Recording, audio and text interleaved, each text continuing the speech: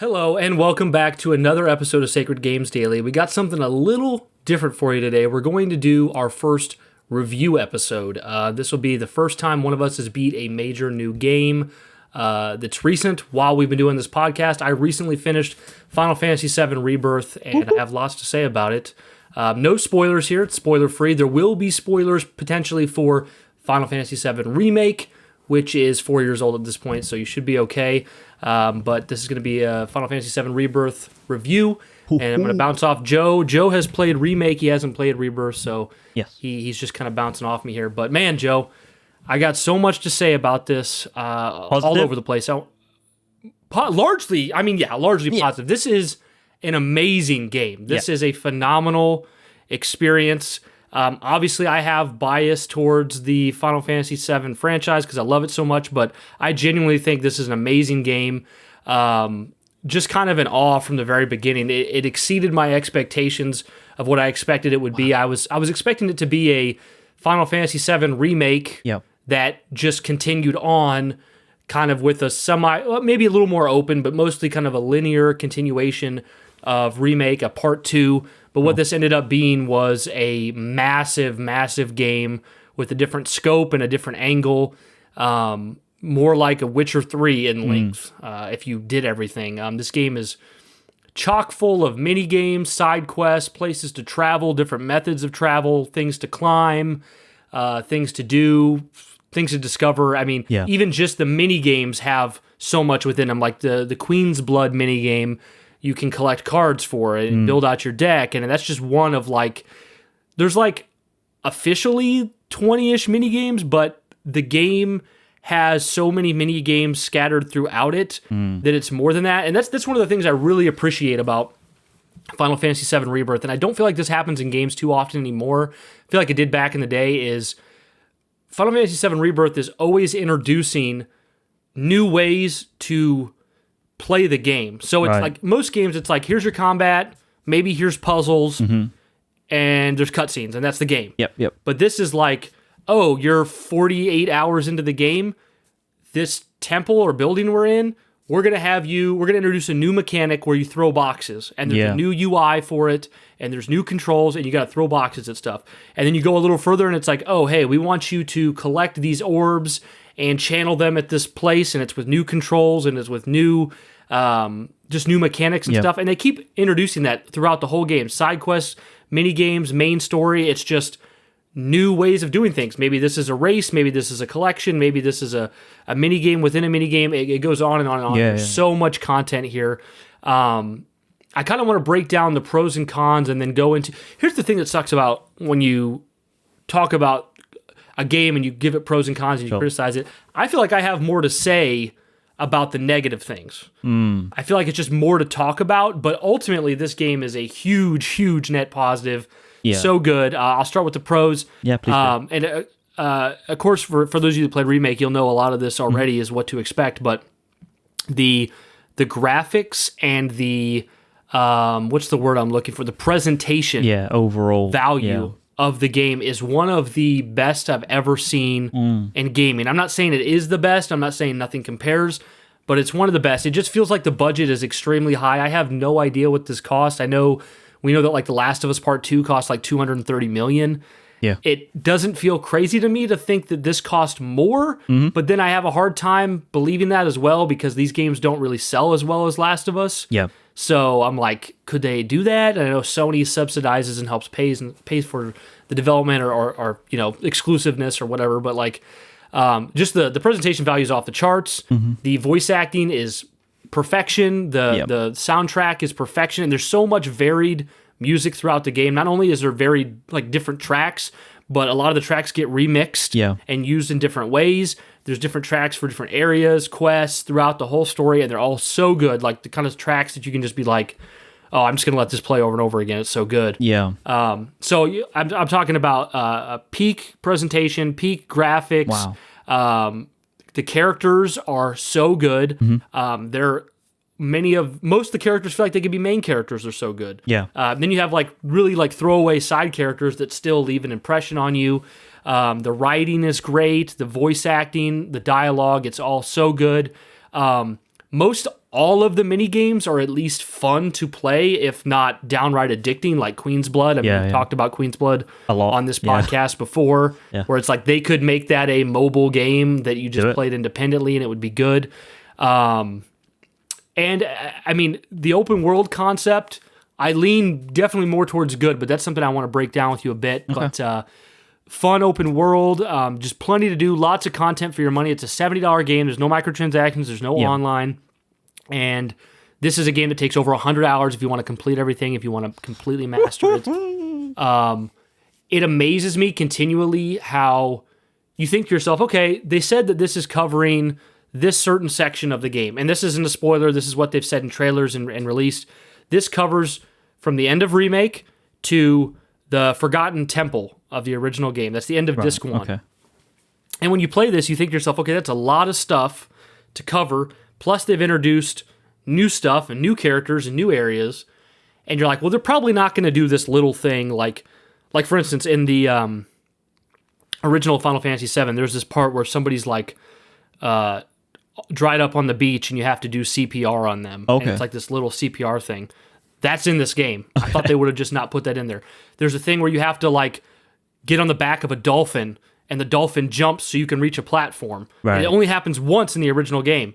They went out of their way to develop the whole thing. It's all here. All the stuff from the original game's pretty much there. Of course, they take liberties with things. They change things up. Of course, if you beat the original game, or Remake, if you beat Remake, you know that like stuff's being toyed with the timeline and fate and the whispers. They do that, but ultimately, you know, sticking to the pros at this moment, as I finished the game, I mean, I was just like so ridiculously impressed with everything it had to offer. Consistently blown away. I was never bored. Nothing felt too egregious, or I mean, I really just had so much good to say about it. But I guess we'll go into, because I'll probably come back to the pros again. But we'll go into the cons a bit. The thing that I think the big difference, and the thing that I didn't quite fully expect, is just how much of an open world game this is. I thought it would be like Remake, but now everything's open instead of linear. I thought it'd be that simple. Remake, but open. It's not really just Remake, but open. It's like, hey, we went back to the drawing board. Oh, really? This is an open world game. Full on, you know, we're talking this. I mean, I don't know direct comparisons, but the size of Witcher, or the size of Assassin's Creed Origins, or the size of a Far Cry. Like, is it really that big? Like, I mean, it's huge, dude. Yeah. It's God, huge. I mean, dude. I think the one difference between like it and like a Witcher 3 is Witcher 3, you can kind of just go anywhere whenever you want. Whereas Rebirth is like, here's a giant zone, and then you move forward into the next giant zone. Okay. So they're kind of like, to be fair, they are technically zones, but it never feels like zones. It feels truly open world because they're huge. Yeah, so it's kind of like multi-region open world. I mean, that's kind of similar to I mean, this game, from what I can tell with the open world style, and we'll get onto it more like in the nuance later, but the sort of style and the influence of like The Witcher 3 is really coming in, from what I can tell, from what like you and Wesley are speaking about and stuff like that. And that's the way The Witcher is in many ways. Like, yeah, you can go back to I don't know if you can go back to the previous region. You can. It's just, it depends. Sometimes you have to like advance the story before you can do that. Okay, sure, yeah. Well, it's kind of like that with The Witcher, right? Like, Witcher's probably a bit more freeform in that like you can go to Skellige before you do the quests in Novigrad, and then Yennefer will actually call you out on it and say like, go back there, like you Muppet, basically. That's crazy. That's so cool. Yeah, there's a lot of attention to detail, but not to gush over The Witcher, 'cause it's not about that. That's cool. That's really cool how there's multi-regions and stuff. It just allows it to feel a little bit maybe more less overburdening. You know, like when you start a Ubisoft game, I've started playing Syndicate a little bit recently, and it's just like, oh, it's just way too much going on here, you know? So, well, see, and that's what's interesting. This is kind of where I'll get into the cons. So, you know, trying to be as objective as I can be and critical about it, the three main criticisms I would have of this game, two of them it shares with Remake. Okay. And then one's kind of new. Remake's two big problems. I gave Remake a 9 back when it came out, and I've stuck to the 9. Yeah, I'd give it a 9 all 4 years. The two big problems with Remake is the story goes off the rails in the last moment of Remake. It's so backloaded. It's unreal. Yeah. It's just like, I mean, it's mostly easy to follow, and then the last 5-ish%, it just goes completely off the wall, crazy. does a bunch of shit, and you're just like left going, what and why? And it's so like, even if you liked it, that's fine if you liked it. I feel like that's a genuine criticism against Remake if it does that. Yeah. My second criticism of Remake was points of obvious padding, where it was like, this, I can't remember what Remake was, 18 chapters maybe, but it was like, okay, maybe 18. 2 of these chapters could have been cut out, or maybe just like big, large sections of chapters could have been cut out, where it's like, okay, we're just kind of like walking through an area doing nothing. I honestly feel that in Remake you could have gotten rid of some, like the last part where you wrap up all the side quests, like just chop that bit out and just carry on with the story. Yes. Yeah. Yeah, well, it definitely feels like, because they're making this into a trilogy. They're making one big RPG for 1997. They're making it into 3 giant games, and I definitely felt like Remake had padding for the sake of padding. So the padding and the crazy ending is what I kind of docked Remake for. Yeah. And then you get to Rebirth, and both those things exist again, where the end, once again, no spoilers, the ending's just like, whoa, okay, I thought we were going to stay on the rails, we went off. It's like they almost try to make sure that when you leave Rebirth, you feel the same way you felt when you left Remake. And for someone who doesn't like that... Why do they keep doing that?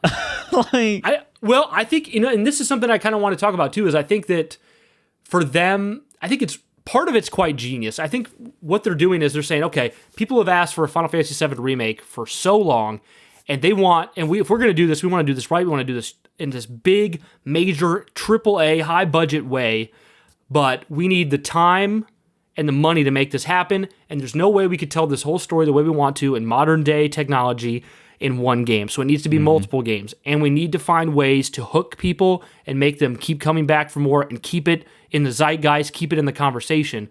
And I think if they did just a 1-to-1 remake of the original with 0 changes, it may have been one of those things where it's like, oh, this is cool and great, and then as time goes on, the conversations kind of phase, and it's like, all right, let's wait for part 2, let's wait for part 3. It's just the game we already know. Nothing new's happening, nothing's changing. And I think they're really smart in the way they've went, okay, if we want to do this and we want to make it 3 games and we want to cover all this stuff, we need to infuse it with new stuff and kind of throw people for a loop and make them feel the way they did about the original. Because when you play the original, if you don't know the story, you're kind of like, what's going on? I mean, you haven't played the original, you've only played Remake, but you'll know some of this, but like, it's like, how did Cloud get here? What's going on? There's something wrong with him.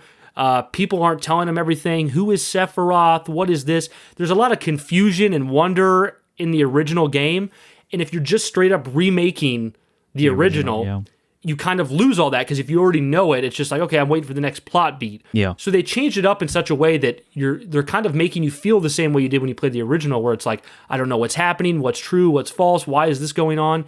And they're giving you hooks at the end of these games to make sure that when the next part comes out, which is probably 4 years from now, you'll want to be there day one, you'll be excited. We're going to have all these, whether you think it's stupid or not how they've handled this, you're going to have all these theories and all these conversations with people over the years. We're going to go, when Joe eventually beats, I mean, he beat Remake, so we could already talk about that, but like when Joe beats Rebirth and other people in our community beat Rebirth, it's like, what'd you think of the ending? What'd you think of this? Where do you think they're going with that? And it's this discussion, whereas if it was just 1-to-1, it would be like, that was cool, let's wait 4 years for the next one. So I think it's kind of here's my question regarding the narrative. Okay. In your mind, without spoilers for the people listening and watching, is this like with the ending of Rebirth, this is definitely a sequel trilogy? That's my opinion. That's completely been my opinion. But does this game cement that theory? Well, okay. Just yes or no. Like, it can be a yes or no answer. I mean, I guess I would say, I say yes, but I do want to expunge upon that. Okay.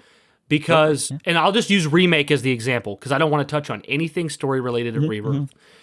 Remake, I said, was a sequel to the original, and a lot of people agree with me. A lot of people out there are like, no, this is just a retelling. Yeah. It's not as straightforward as you might think. It isn't a sequel in the sense that Final Fantasy VII original ended and then Remake starts. Yes. Remake is clearly taking place at the same time that the original did, but it's in a different timeline or a different parallel universe. Yes. And these characters are experiencing mostly the same things, but slightly different. And there's moments in Remake where characters are aware of what's already happened in the original game's timeline, or the Whispers, which weren't in the original game, they're in Remake, they're stopping things or changing things to make sure events play out the same way they did in the original game. So when I say this game is a sequel, and this is where people get hung up, because, like, for instance, I don't know if you knew this, Joe, but Advent Children came back out in the movie theater. All right. And if you went and saw it, there's a little clip before the movie starts of the directors of Final Fantasy VII Rebirth saying that when this trilogy ends, it'll still flow back into Advent Children. Oh, wow, okay. And a lot of people posted that online saying, see, you guys who said it was a sequel, you're wrong. And I'm saying, no, that doesn't do dick to change what I'm saying. Of course it's going to, because I believe, this is my belief, the story will largely play out and end the same or similar. The same way.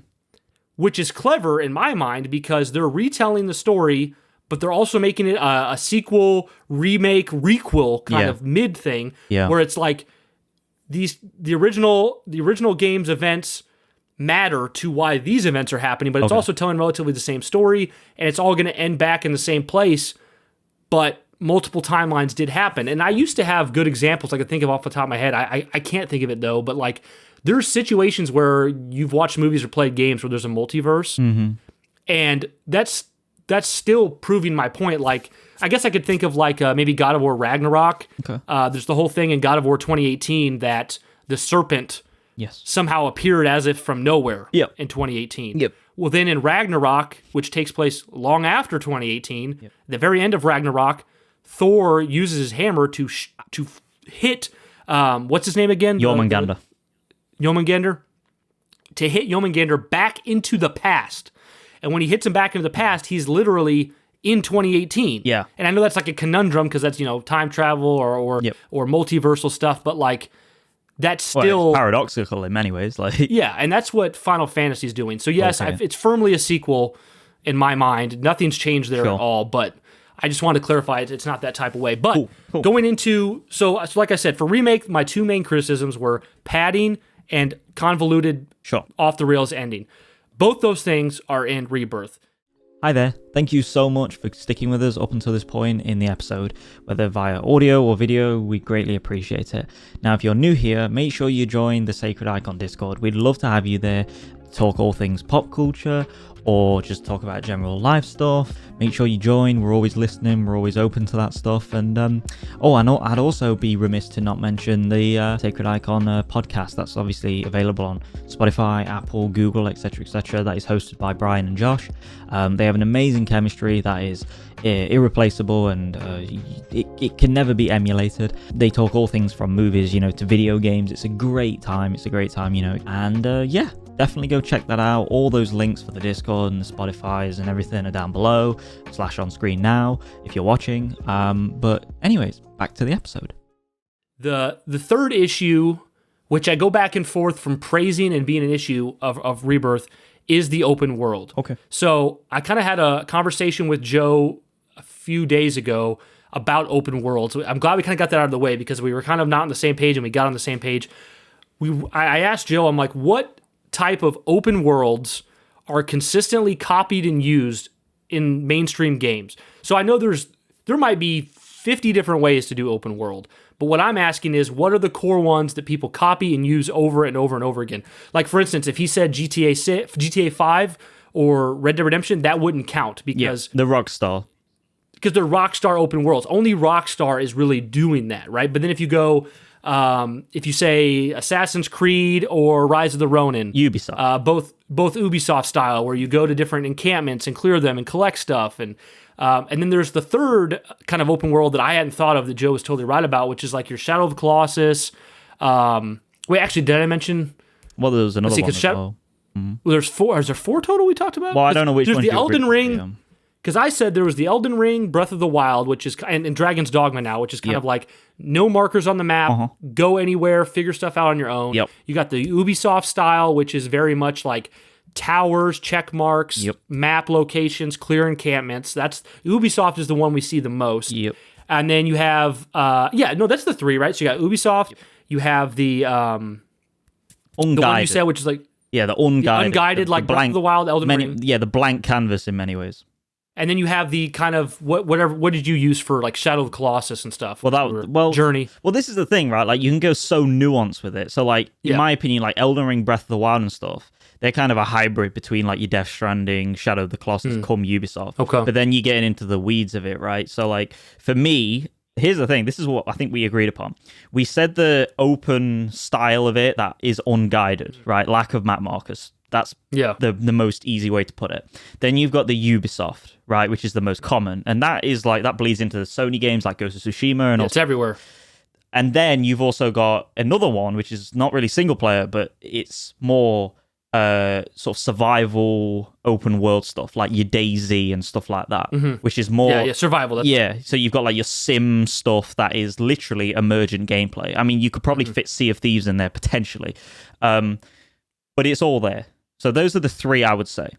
Yeah, so I think most people listening can probably more or less agree. Maybe you wouldn't completely agree, but you kind of get where we're going. There's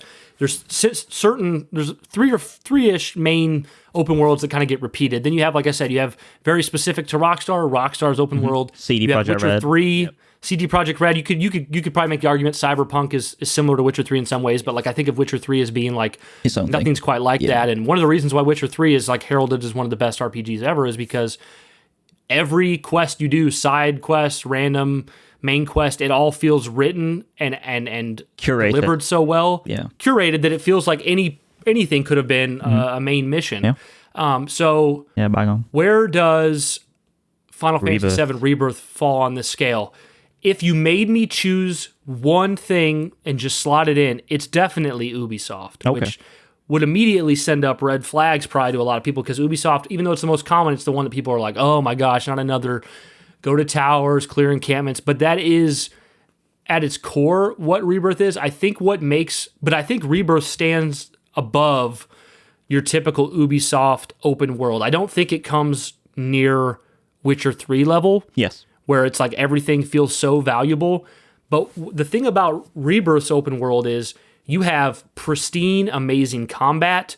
You have pristine, amazing characters and dialogue, and the world and the general vibes are so good that it sweetens all the side content you do in Rebirth. And some of the side content in Rebirth is genuinely good. Like, once again, no spoilers, but there's proto-relic quests, which are more story-heavy and have interesting things in them. Okay. But then there's things like, okay, in this area of the world, you're going to go find this Mako spring, and you go there and you tap triangle 3 times and it's over. And you do that, and you do that 5 times in one region, and then you go to the next region, and it's like, oh, there's more springs here. You go 5 times there, and you go to the next region, and it's like very repetitive tasks like Ubisoft. Tertiary stuff, But I would say it's enhanced because you're running around with these characters, they're talking to each other.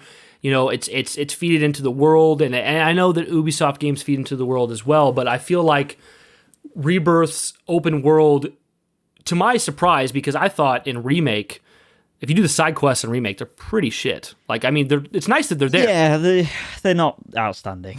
They're just like, oh, this help me find my cats, and you're like, okay, that's Remake. So I thought that that's what we would get in Rebirth, but Rebirth does take it a step up and make the questing better and more fun, and finishing out areas. And of course, there's like mini games that are mixed into that. But I did notice right off the bat, it definitely had like a Ubisoft template. They kind of pulled from. You see ways they pulled from Ghost of Tsushima, like the owl that flies to the location is in this game. Oh, okay. They pretty much straight up copied that. The way that you pick up and forage of like materials is like dead on Horizon Forbidden West, Horizon Zero Dawn. So they definitely pulled from several different things. But like, for instance, they put towers in Rebirth, and the towers in Rebirth are very simple, like plain Jane towers with, you might fight some enemies at the bottom, but there's nothing to do there. It's not like there's a puzzle or anything. It's just like climb the tower, reveal the area. And so throughout clearing all these areas, it does get very formulaic. Like, here's the Chocobo quest, here's this quest. So it's not anywhere on that like Witcher 3 level. No, it's not reinventing the wheel. It's not reinvent the wheel, and it's not anywhere on that like Elden Ring Breath of the Wild where it's like, whoa, amazing new discovery. I didn't know I'd find this. But it does feel like a clear step up from the Ubisoft. It's like Ubisoft, but like with higher quality. With character, higher quality all the way through. And I just noticed myself as I went through the game getting more surprisingly fatigued by it, because I cleared the whole first area. I was like, this is so great. I cleared the whole second area. I'm like, this is so great. I got over halfway through the third area, and I'm like, I don't... Yeah. It's taking me like over 10 hours to clear the area. I kind of want to get on with the story. So it did start to get a little exhausting, and I know I've heard from a lot of people who played the game, they didn't 100% it, because it's like, okay, I've kind of seen this. And that's what sucks, is it's hard to know what you're missing, because some side quests, like the Proto Relic quests, are more story-based, or something has a mini game that's really fun, but then a lot of times it is doing more of the same. So I do feel it started to wear thin a little bit. And another negative, and this is somewhat similar in the original game, so I had to give them a little credit, but another negative of the open world is that it can make the story seem so segmented. Okay. Because I know when you play Remake, I think you'd agree, Remake feels like story. And if you don't, like, the only thing separating it really is kind of like the odd mini game like darts and stuff, wandering around the towns, and doing the side quests, doing those odd job things around the towns again. But like, you could literally just ignore those if you want, because those are not that important. Yeah. If you're not maybe going for 100%, or you want to see all the content, like, you could just, like you said, story. The thing that's scary about Rebirth is, like, you could play for 20 hours and not advance story at all. You could spend your time in mini games, trying to get high scores, doing quests, and what that does is that ends up, I mean, it depends on what kind of gamer you are. If you have endless time, it's probably not going to matter as much. But if you're the kind of gamer that's like, over 3 days, you're doing 20 hours of side content, and then the fourth day, you pick up the story from where you were 4 or 5 days ago. Bit disconnected. It feels disconnected, and it kind of almost, it feels like the story's been placed in spots rather than connected. But once I kind of dropped some of the side stuff and just did story, it felt just like Remake again. Yeah. So I do think there's some issues that are introduced by having this be open world. I do think I think they nailed the open world in the sense that they did it in a way that makes it worth having. Yeah. They made it a worthwhile open world that's fun to explore. It's a good open world, but they didn't do it in a sense where it was like setting the world on fire. This isn't a Witcher 3 situation or a Breath of the Wild situation. It was very much by the numbers, but of higher quality. So what I think, to kind of start to conclude this is one of my biggest issues. So my biggest issues with Remake, and I gave Remake a 9, was the padding and the ending. And I told you that the padding and the ending problems are still here in Rebirth. Yep. Also, there's some open world issues that are introduced. But the thing is, and I don't know this that well, but you probably don't know it at all, I would say, is Final Fantasy, what was the series, when it was known to be at its like peak and its most classic, pretty much like Final Fantasy 1 through 9. Yep. They were big kind of open world games where you went out and you found your party and it was open to explore. You could maybe do things in different orders. There was mini games, there was traversal. You could fly across the world, drive, ride chocobos, and then you got to Final Fantasy X, and the game is linear. Yeah. And then 11 was an MMO. And then 12 was kind of a hybrid. 13 was linear.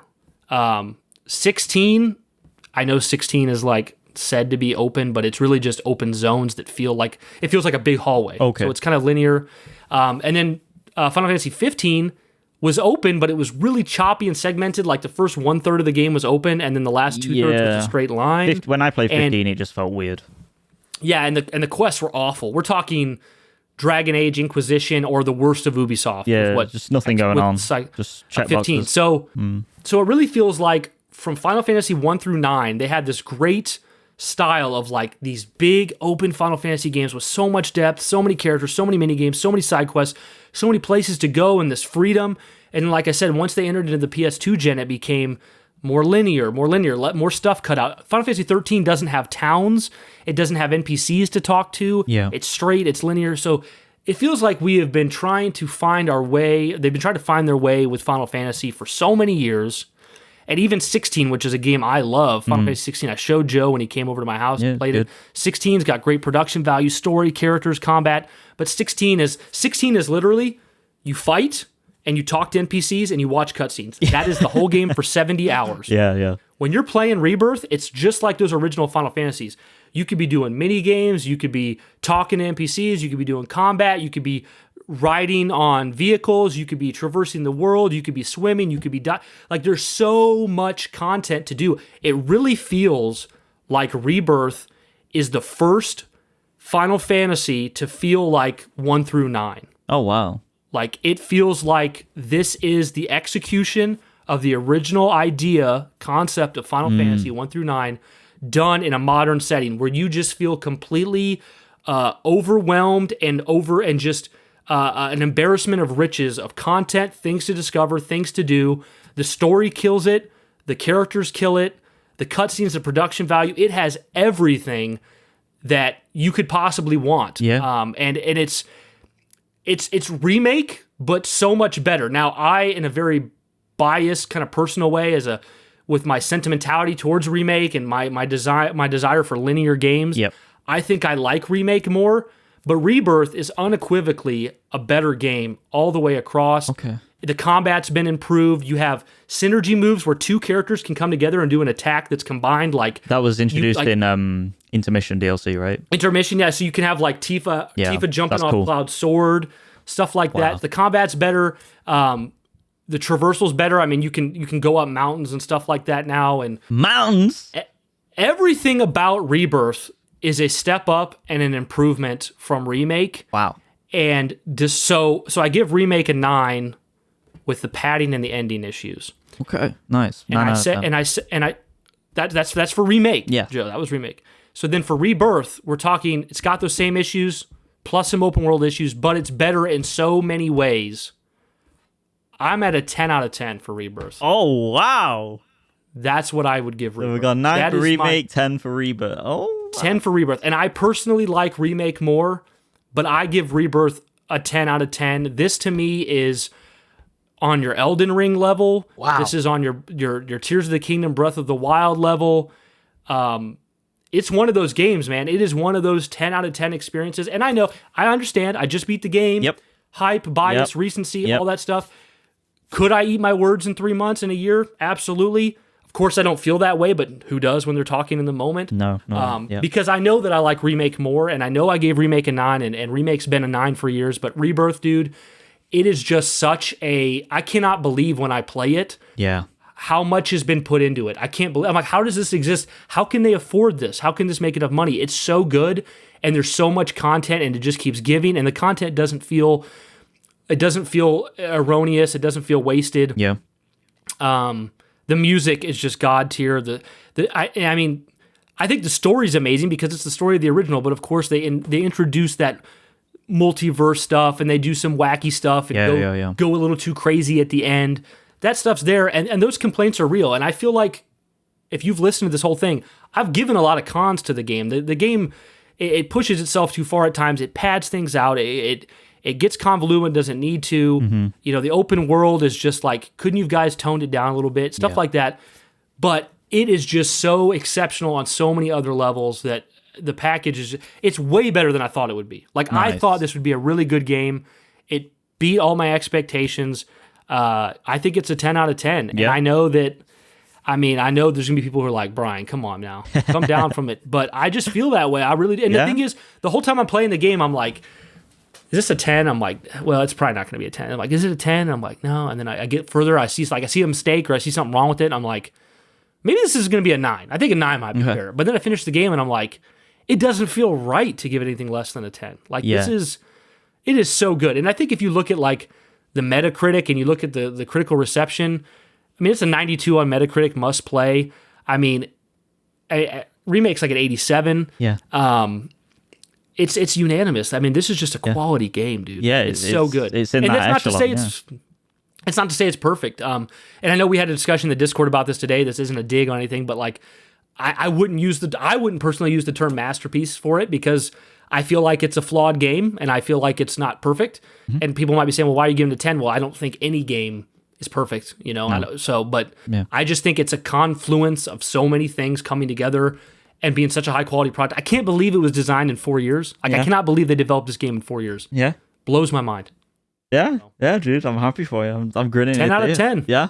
That's fucking awesome. One thing I will say, guys, is like, if you're again listening or watching this, and you've obviously listened to Bryan's like open world gushing over the open world of this game, like Bryan is not a if you don't know, he's not a side content guy. Like he rushes through the main narrative as you know, as quickly as I go through, you know, Yorkshire tea bags, but he's fast with it, and he doesn't mess around with side content. Like he played Ragnarok, and I don't think you even touched a single bit of side content for that. I don't think I did anything. Yeah, exactly. So like that speaks volumes of kind of like his love for Final Fantasy VII and this remake trilogy, but more so like the fact that they were able to pull off this insane feat, whether masterpiece or not, and kept him going all the way, you know, till near the end, you know, when you were feeling the burn. So yeah, I did about 30 hours of side content. There's probably another 30 hours I didn't do, which I think I'll go back and do a lot. I won't do it all. Yeah. But I just, you know, I had the pull to continue the narrative, but I can't believe like they didn't cut any corners. They just did such a good job, and I do kind of worry for the third game because I feel like, you know, Remake kind of blew everyone away. Yeah. And I think Rebirth largely is blowing people away more. They're saying this is a better game. Yeah. You know, and you've seen trilogies, right? A lot of times it's hard for the third game to be the best one or to be as good as the prior. And I feel like maybe the third one, it's got to land everything. It's got to answer all the questions.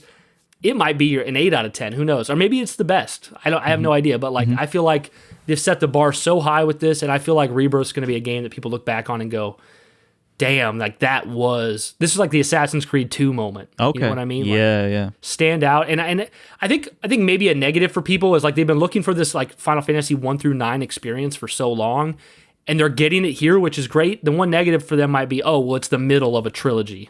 You know, it's not this beginning to end. Yeah. You're getting that original experience, but you're not getting it in a full package, you know, and I guess story-wise. Still, like, I don't want to do this and like jinx it, so touch wood and on my desk, but like there's still a potential for this to go wrong. Oh, for sure. Yeah. And that's always the case. thing. You know, you could, in many ways, like, obviously not to pee poo poo on the people that love like The Last Jedi or Rise of Skywalker or anything, but that stuff could happen. Yeah.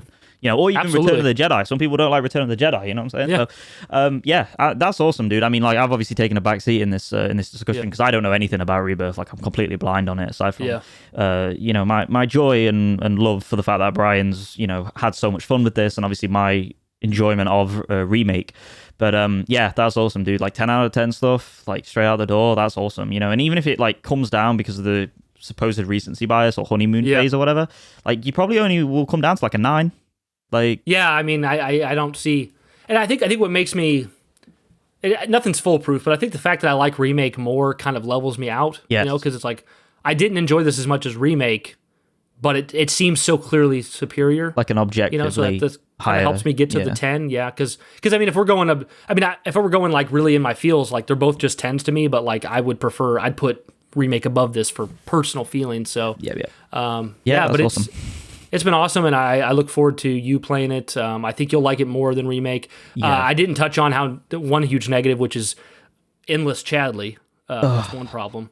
But they pretty much tied the entire open world side quest. Why? Through Chadley. He's not even a good character. He's just annoying. Like I don't know. I'm not gonna go on about it. There's a little too much Chadley, but guys, that's my there we go, baby. Review for Final Fantasy VII Rebirth. I would love to do these kind of episodes as they come up every now and then. Maybe Joe could do the next one if he beats a game, and he could kind of do a review Jedi of it. Survivor. Or if we both beat it, we could both talk about it and do a review on that. I think it would be awesome to just kind of go back and forth on that stuff. But guys, thank you so much for listening to another episode of Sacred Games Daily. And as always, keep it sacred daily. Peace.